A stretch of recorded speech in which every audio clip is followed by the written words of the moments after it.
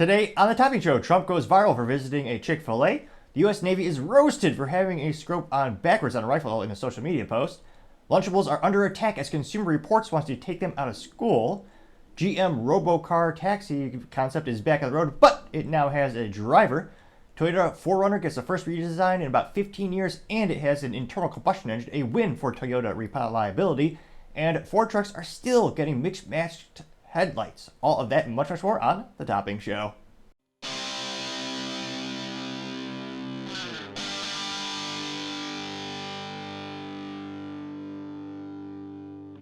Thank you, everyone, for taking the time to tune in today. Today's episode of The Topping Show is proudly sponsored by Topping Technologies. Topping Technologies is an IT value-added reseller and services company with a special proficiency in IT security. Heck, I see their founder at least twice a day. I gotta say he's quite handsome and brilliant. He's me, you see, that's the joke. If you're an IT leader or a business owner, you can reach the team at sales@toppingtechnologies.com. Also trying to get to 4,000 subscribers by the end of the month, so if you could click that button, I would greatly appreciate it. Now going over to the business part of the podcast, you have General Motors Robocar company Cruise is back, but it has a driver. Now this comes to us thanks to Bobby Armstrong over at LinkedIn News, and Cruise is a company that GM bought out a couple years ago because they're fast and up-and-coming Silicon Valley business with leading in the autonomous driving. And probably not the best marketing in terms of General Motors already manufacturing a car called the Cruze, C-R-U-Z-E, but nevertheless that car has been killed like many great GM products. And now they have this little autonomous company. Now, unfortunately, the company's been, how do I say this, running over people in San Francisco, which, if it was an individual doing this, the city wouldn't care. They really don't prosecute crime too much. But because this is, a business, gets lots of publicity, the local government's pretending to care. So they actually pulled GM's permit to actually run autonomous vehicles in the city, thereby kneecapping their ability to invest in research and development, as well as attack people in cones on the streets. Now, granted, one of the most important things when it comes to all this autonomous technologies is gathering more data than we can possibly comprehend, crunching the numbers and using it to make the algorithms and the machines work more and more efficiently, and they can more accurately work in general, rudimentary speaking. Now, the competition never had their permits pulled because they're not running people over. Well, GM, they had to do a couple of things. So they issued a recall, took all the cars off the streets, making San Francisco, well, it's certainly never going to be a safe city at this rate, but it was a moderately safer, which, yes, the bar is low. Now, again, going back to the actual article, they note that Cruise's self-driving automobiles are returning to the streets after a 5-month absence, but this time they'll have humans in the driver's seat. The General Motors subsidiary ceased operations after San Francisco robotaxi hit and dragged a pedestrian in early October. The accident was blamed on a software issue, ultimately leading to the CEO, Kyle Vought's resignation and a 50% drop in stock share price. They note that for the reintroduction to society, the Chevy Bolt-based vehicle will hit quote-unquote selected cities. Now, I can't help but wonder, is that a pun? Because, the car is hitting people, now it's going to hit cities? Maybe this way, we might be giving Bobby a little bit more credit than he's due, but I find that a little bit cheeky. I like to give him the benefit of the doubt. Let's say he was going for that hidden pun. And they say it's going to be visiting these cities for geo-mapping purposes, beginning in Phoenix. Threats are expanding. Now I'm kind of curious, how's GM stock been going these days? Interestingly enough, it's been, last time I checked, it's actually increasing. Which, for GM, that's a very rare thing. And it looks like, past 6 months, it's up 41.83%. Jeez Louise. Hindsight is always 2020 when it comes to investing, which is why I don't give investing advice, with the exception of telling people, not bad to gamble on yourself and start a business or invest in yourself in a new skill or trade, but I moderately digress.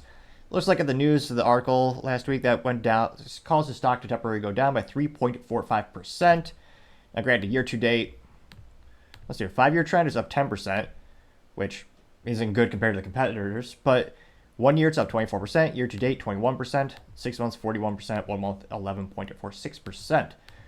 So some minor kneecapping for the company, but, well, not even that. It's more like they accidentally stepped in not even a pothole, not even a Chicago pothole. It's like 10 feet deep and you never get your car out. More like perhaps a small divot on the golf course would be a better metaphor, or a sports balls course. I don't know what they call those things. But it looks like it'll be interesting to see. And GM is trying to become a tech company. They're trying to push, they say Mary Barra wants to be 100% EV by 2035, which That's not what consumers want. We'll see. They claim that maybe they'll walk that back a little bit, But I don't know. GM's going to try to become a tech company. China's tech companies are really good. BYD is a phenomenally impressive automotive company that's expanding internationally.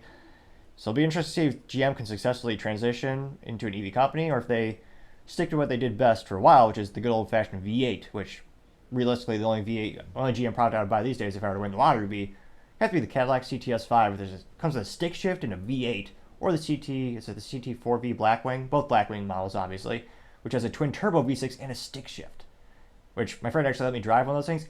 Phenomenally fun, and like the best thing GM's made in probably 20 plus years.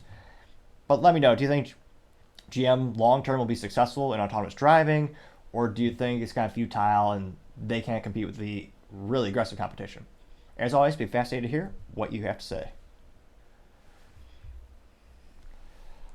Other interesting business news, you have Toyota's first 4Runner update in 15 years, and it has an internal combustion engine. A win for Toyota reliability. Now, Toyota is known for basically making the most bulletproof cars on the planet, metaphorically and in some cases, perhaps even physically. Every time you read an article about the cars that are, top 10 cars hit 1,000,000 miles plus, an overwhelming majority of them are going to be Japanese, and usually it's going to be Toyota and Honda. I mean, Toyotas are so over-engineered, it is just brilliant. Now, they did note that they're going to have a hybrid version, which, again, if you want long-term reliability, trash. The only caveat being, yes, they may have a magical battery technology tomorrow that can last 20 to 30 to 50 years. There's always a caveat because technology is fascinating and maybe someday. But with the current tech we have right now, if you want a car to last you a lifetime, don't invest in those things. They're basically glorified toys for rich people, in my opinion. That's why I drive a Honda Civic. It's got 3 pedals, also known as a manual transmission, an inline-4 engine, good old internal combustion, and it'll last damn near 1,000,000 miles because it's a Honda. And the only battery I have to replace is maybe, what is it, like $135 for a little interstate battery. Throw that in there, call it a day. I'm not spending 20, 30, 50 grand on a battery, but that's just me. Now, they know that, again, this is the 6th generation 4Runner. It's going to be available in the US this fall. And it's also the first time it's going to have a hybrid version, which, again, I'll laugh because I can't contemplate buying a hybrid SUV Toyota when, again, a Toyota is known for being reliable.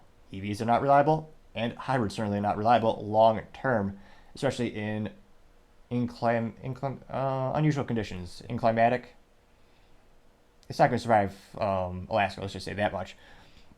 Now, when asked for comment, they said, quote, "We sold over 33 million in the 40 years it has been on sale, and this 6th generation model will offer a cool new look and incredible features, yet retains the rugged style and capability our customers love about this icon of adventure," unquote. Now, that being said, how much cooler would it be if it came with a manual transmission? And I do give Toyota credit. They're the only company in the United States to offer a manual transmission on a truck, which is Toyota Tundra. Or Tacoma. Reverse that. It is the Tacoma, the only truck can get the stick shift. That's it. And that being said, the people who say the Jeep Gladiator is a truck, it's not. It's a bastardized Jeep. Yes, I know that comes with a manual transmission. I'm going to beat you in the comment section this time. They note that the new 4Runner will come standard with Toyota's iForce turbocharged 2.4 liter 4-cylinder engine that produces 278 horsepower. Now, they note that the hybrid model, which has an iForce Max powertrain with an electric motor added to the gasoline engine, is juiced to 326 horsepower. They note that and this is again Fox Business saying this, while other automakers are invested heavily into EV vehicles despite waning demand, Toyota is leaning into hybrids, which are more popular with consumers. Again, that is the fastest growing automotive type of vehicle that consumers are flocking over to. They note that hybrids account for 9.3% of new light vehicle registrations in the United States from January to November 2023, outstripping those of EVs by 1.8 percentage points, according to S&P Global Mobility data. They also note that this is benefiting Toyota, which is one of the biggest hybrid sellers in the U.S. with more than 1/3 of new registrations, followed by Honda at 20%. That is very impressive. And also goes to show the ineptitudes of General Motors, which makes one hybrid, and it's the Corvette, which is hilariously, mediocre in terms of being able to look at the future and make the right call investing in your business. They went all in on EVs. GM used to make some hybrids. They used to.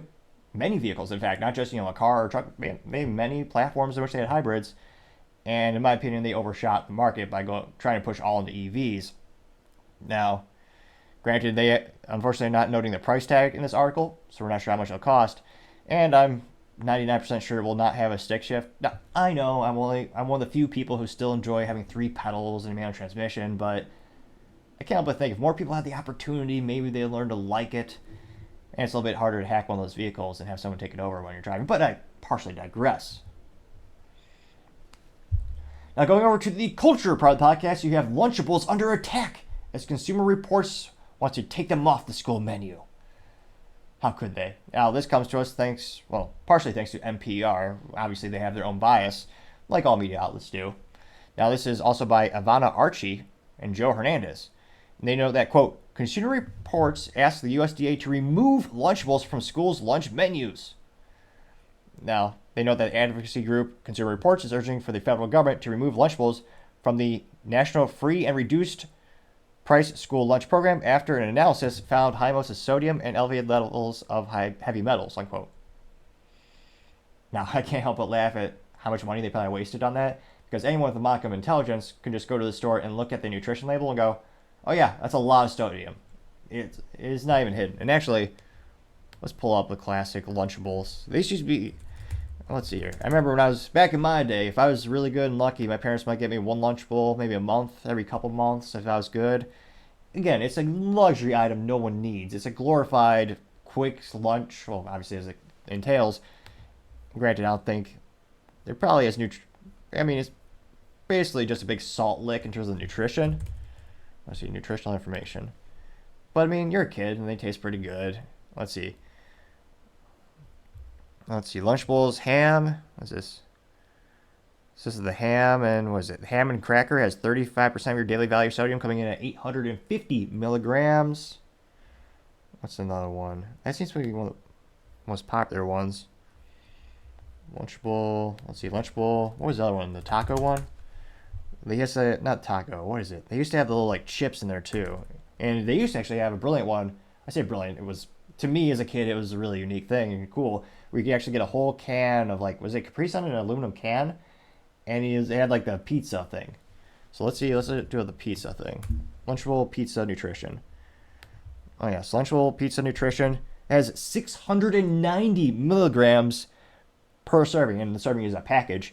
That is correlated to 30% of your daily value. Also has 17 grams of sugar, with 13 of those being added.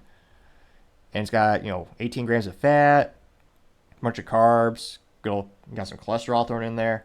So again, I don't think anyone would actually look at the nutrition facts and think, oh yeah, this is a healthy snack we need to get into kids' hands quickly, immediately. But it's one of those things where it probably should be treated as a treat, as grammatically incorrect or awkward as it might sound to use those words so closely together. Now, let me see here. They note that, quote, the Lunchables and similar lunch kits we tested containing high concentrated levels of sodium and harmful chemicals that can lead to serious health problems over time.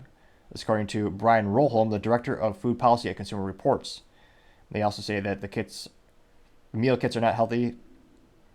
Let's see here. Scrolling down a little bit more. Now, interestingly enough, the part that I actually care about, because again, high levels of sodium, that's not new. Who gives a damn? Work out appropriately and don't eat too much of it. Now, what I really care about is Consumer Reports said that they found high levels. Let me see here. Lunchable detected lead and cadmium in tests. Also observed the presence of phthalates with impact reproduction system and human hormonal system.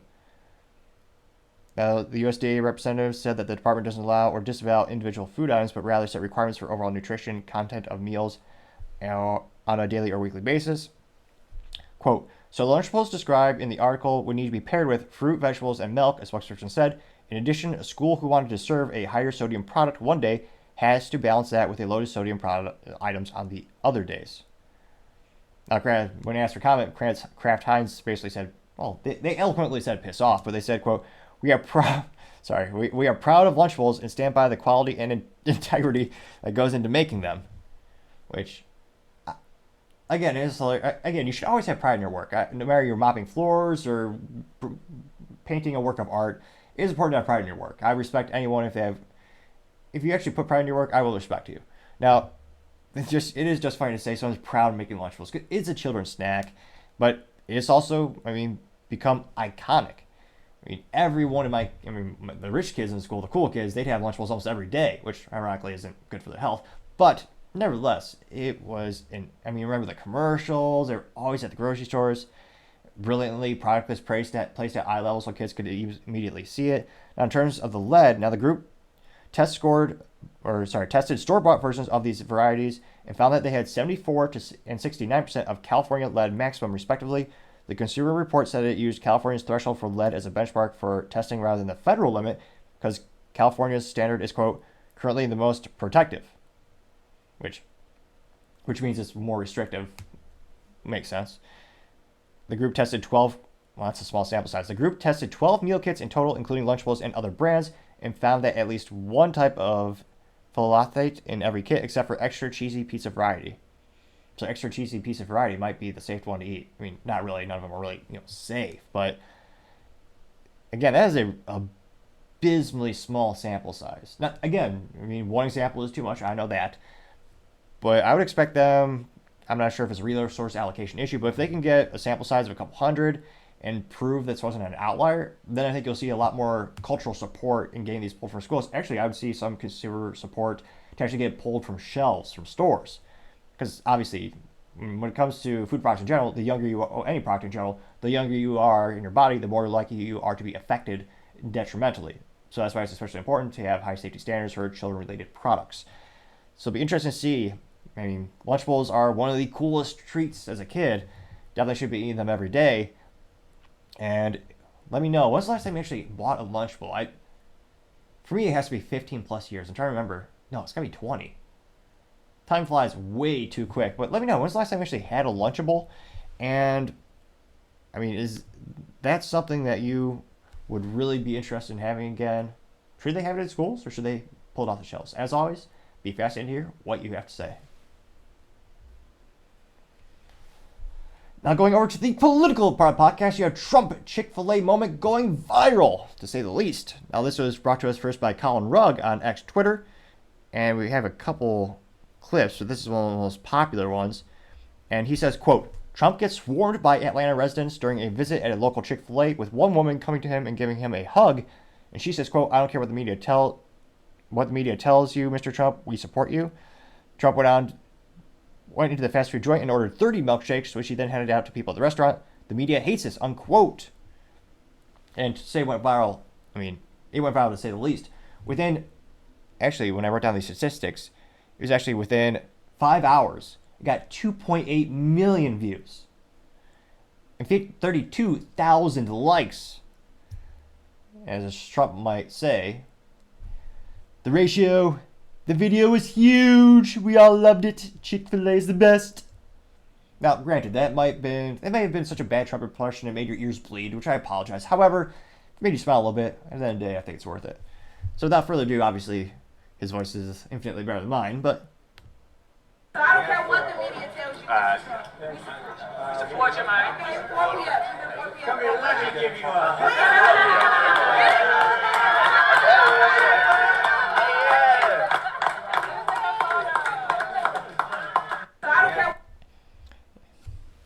Brilliant marketing from a political perspective.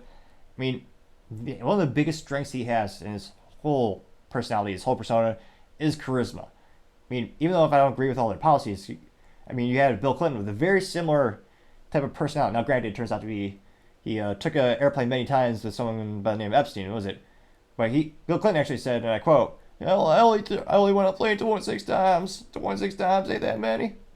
And granted, that might be the worst impression you've heard. Maybe worse than my Trump. Let me know in the comments. But yeah, Clinton turned out to be a creep. However, in terms of building consumer support or prospective voter support and going to restaurants, I mean, some of Clinton's best moments from a viral perspective back in the day, although we didn't have social media, I mean, was he was going to McDonald's. I mean, it's not really viral. Even SNL made sketches about it. I mean, people love those instances. And again, this is how you really build up grassroots support. And I'm surprised this isn't a Trump commercial, and maybe it will be soon. But it just shows how many people really like him. And again, it is brilliant political marketing. And it's one of the most complex things to do, and a pain in the ass thing to do if you're a politician or you're someone of political power. These types of trips, they all, to the consumers, seem very spontaneous and off the cuff. They're planning these things weeks or months out in advance. Because again, the higher you are, the more pre-security they have to do. I mean, Trump went to a gun store, what was it, Q4 last year? And I mean, the Secret Service went to the gun store like 2 weeks earlier. They had asked certain employees not to go. The employees, it was the first time the employees, their career, I'm sure they weren't allowed to conceal carry on the job because he was there. It was a lot of pre-work to go into it to make these moments look spontaneous. And again, it's not any less authentic, but I guess I emphasize it takes a lot of work and logistics to go through these. But I think they pay off politically because, again, every candidate does it, but it just shows you how the average person has an emotional rhetoric connection to them. And really, I think this is what helps propel you in the polls. Now, going down to the first comments, well, the first person to chime in comes from Joshua Walker. He says, quote, "When's the last time anyone saw a person running up to Biden like that? Oh, wait, he got 2.9 thousand likes." Colin responded saying, quote, "Happens all the time. But there is handlers making sure he's walking correctly," unquote, gaining 3.1 thousand likes. Paul Zupa says, quote, "This is just the reality of the political landscape. The people want Trump back in the White House, and they're showing their support in more ways than ever. He doesn't need forced interactions. It's just honest admiration for the man that will save America," unquote, getting 533 likes. Eddie simply said, "Trump 2024. And it is the gal, I don't think she's ever been this happy in her life. She's smiling ear to ear as Trump hugs her, getting 2,000 likes. Say the Persistence said, quote, "Oh my gosh, is she registered to vote at her current address?" unquote, getting 1.2 thousand likes. Junita Broderick says, quote, "Isn't this awesome, man of the people? What I love most is the serious alertness of the Secret Service," unquote, getting 1.3 thousand likes. Vivek Ramaswamy parody account says, quote, "For years the Democratic Party has relentlessly painted Republicans as racist.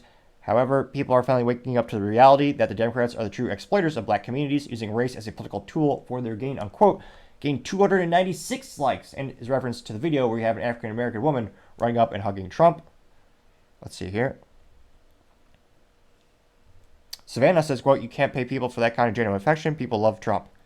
Another picture of her hugging Trump, getting 145 likes. Dre Mariano says, quote, "Trump is going to crush 2024, getting 438 likes. Gerald TM says, quote, "Trump asked people in 2016 and 2020, what do you have to lose? The past 3.5 years, Americans lost a lot," unquote, getting 432 likes. Another cliche about politics, but every politician always says, were you better off, before me or after, were you better off the past 4 years? Something to ask yourself. PDB says, quote, "This is how most Americans feel. The ones that aren't are either delusional, corrupt, or brainwashed," getting 421 likes. Daily Trice says, quote, "Contrast that with how Joe Biden received when he enters a restaurant." And Joe Biden walks into the restaurant, and this guy in a t-shirt and hat just sitting there staring in another direction. Man, it got I want to see his hat. I'm curious. It's hard to see him. The hat is camouflaged. And interestingly enough, I can't tell if there's actually a political logo on the hat that says, Trump or someone else. But that got, what is this, 854 likes. Florida Man Eth says, quote, "This is the content I love seeing. Trump completely breaking the narrative. Look how much he's loved in Atlanta," getting 225 likes. Valentina Gomez says, quote, "Trump is a man of the people. That's why America supports him," getting 149 likes. Let's see here. Just overwhelming positive support. And again, there are a lot of people who hate Trump as well. I'm surprised they actually don't see. Let me see here. Here's another clip of it actually from Benny Johnson. And it says, Trump to supporters at Chick-Fil-A, get ready for some milkshakes. So this is a little bit of a longer clip. It's about 2 minutes. We'll see how long it goes. Or how long I plan to play it. Look at the way you hold. You like each other, right? I think that's very nice. Have a good time. Nice to see you. Thank you very much. So we'll order 30 milkshakes. We'll give them out to the people, and we'll take some for ourselves, okay? Good. Thank you very much, everybody. Hello. This has got a great American franchise, Chick-Fil-A. It is. It's a great franchise. The owner is a great man who is a member of one of my clubs, and he's fantastic. And, yeah, they do very well. They're closed on Sunday. The Lord's Chicken. That's the Lord's Chicken. You're right. It's good chicken, too. Yeah, good to see you. Thank you very much. Thank you. Thank you. Hello, everybody. Get ready for a milkshake. You got plenty of it. All right. You got the good looking guys. Huh? This is an original from 2016. Oh, I love this guy. I like that guy. Do you have a pen for me? Give me a good pen. That is the original, huh? From 2016, Cleveland. You've been there from the beginning. Absolutely, from the See? convention. You knew what was happening. You got it. That's cool, man. What's your name? Lawrence. Okay, Lawrence, let me get this pen out of here. Come here. Thank you. It's a pleasure. It's a pleasure. Yes, sir. He understood long before the rest, right? A lot of enthusiasm. I got 642 likes. We have a contrarian statement, finally. See, I'm a little bored with all the people agreeing with each other. Now, this comes from Art Candy. But her name is spelled Candee. Really, Candy? What a silly, ridiculous name. Almost as ridiculous as topping. Wait, I partially digress. But nevertheless, Art Candy said, quote, meanwhile, on the stock market, and it shows Trump's stock went down by 8.79% that day, or that when she took a screenshot of the stock, down to $34.18 per share. And yeah, that stock definitely needs a boost or some help because it is a struggling, though you could argue maybe it's normalizing like most stocks do when they have it go through an IPO, even though it technically wasn't an IPO, so forget the actual trading legal mechanism they used. But in an instance where it was already publicly traded, then Trump joined it and they renamed it. Let's see here, do one or two more. XRP Digital Crazy said, quote, the media won't report on this, I'm sure, or if they do, they'll say he's trying to buy votes, but they won't say Biden is trying to buy votes on student loan thing.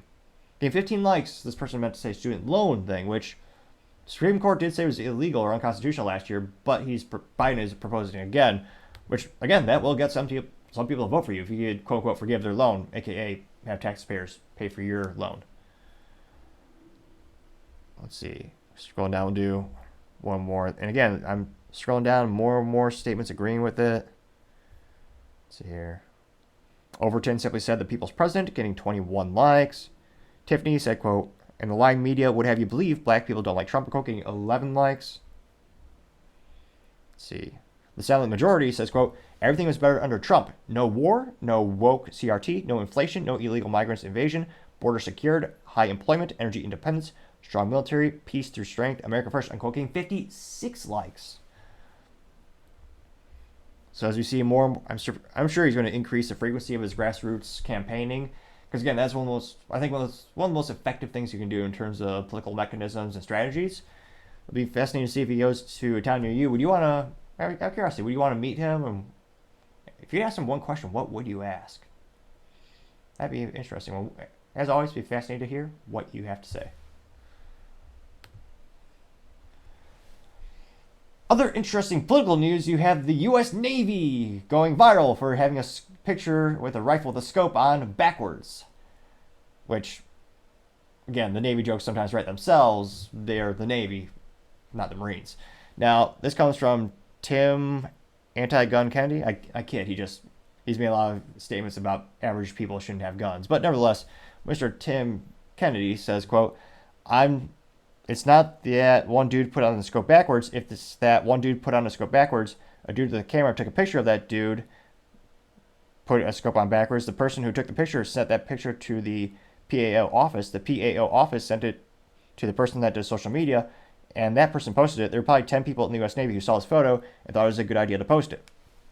It looks like it might be a commanding officer holding, again, he's holding a rifle, an AR-15, and this, I'm not sure if he's just weak or futile, but he has someone holding his shoulder, insinuating that there's a lot of recoil from an AR-15. Which, even if you're shooting full auto, there's not much recoil. So 223 5.56 cartridge, you'd be just fine. Now, the scope is on backwards. The rifle butt is actually not even properly shouldered. So I'm not sure if this person just only played Call of Duty. I mean, I assume he went through basic training. But yeah, he's aiming through the scope and he's shooting.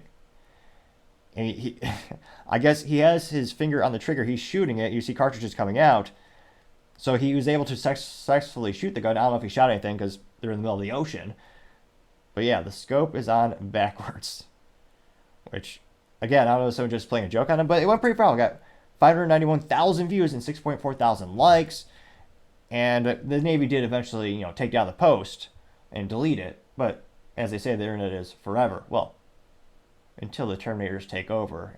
But for now, we're okay. And one of the first comments comes from the Rifleman saying, quote, exactly, I would say that the poor optics all the way around, and I do mean that was a pun, unquote.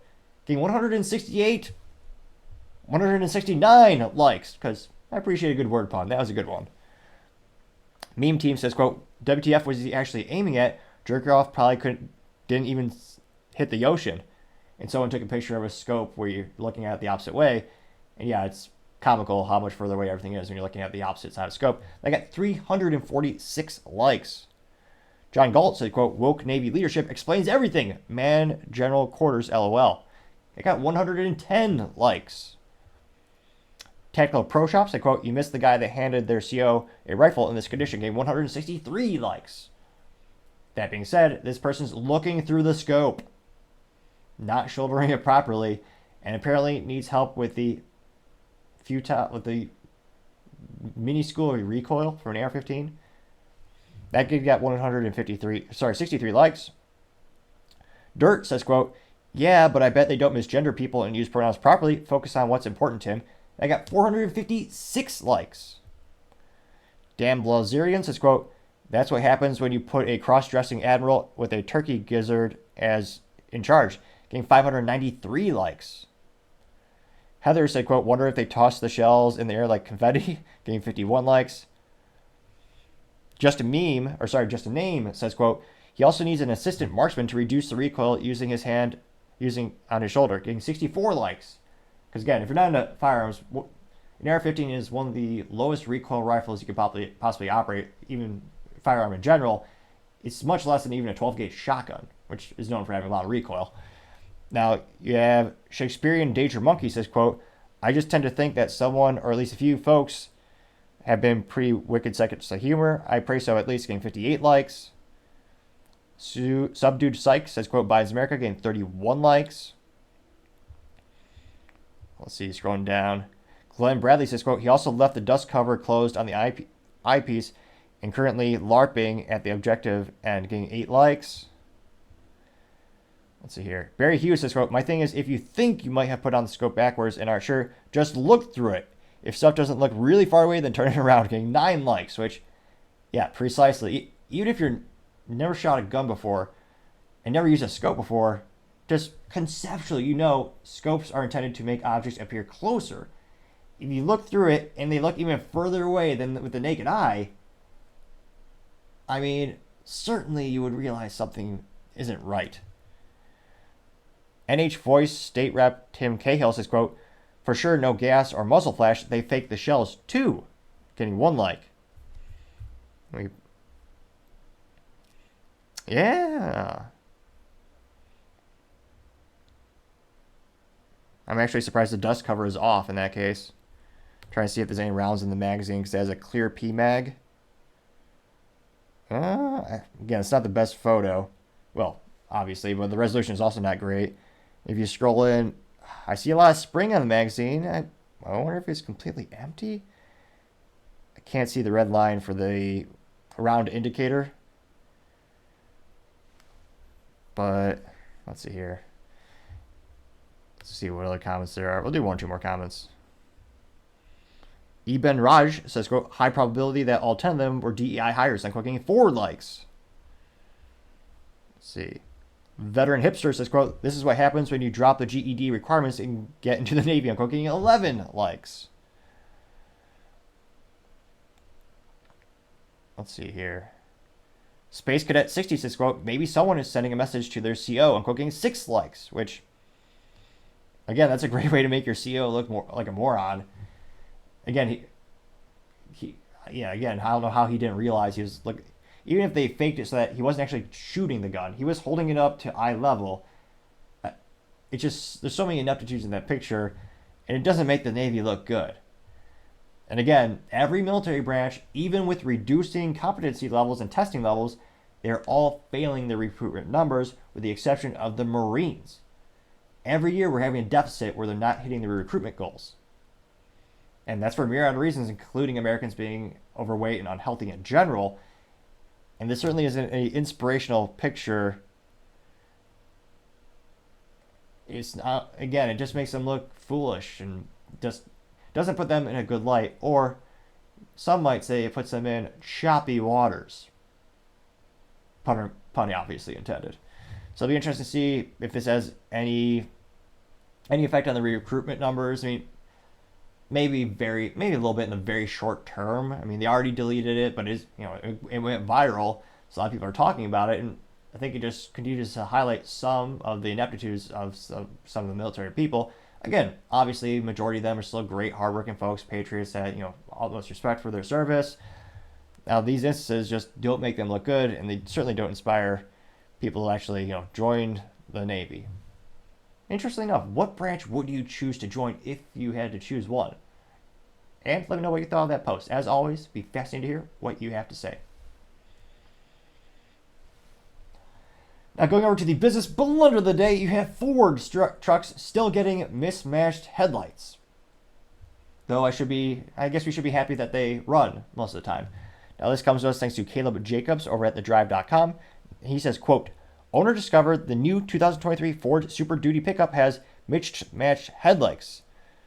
One of these things is not like the other. In fact, it's much brighter. And it literally is almost night and day difference between the two headlights, with, again, one being obnoxiously bright in comparison to one being ridiculously dull. And I guess we shouldn't be too surprised. Let's see here. I mean, we have Fords with mismatched seats. We have Fords with mismatched headlights. And, of course, mechanical problems as well.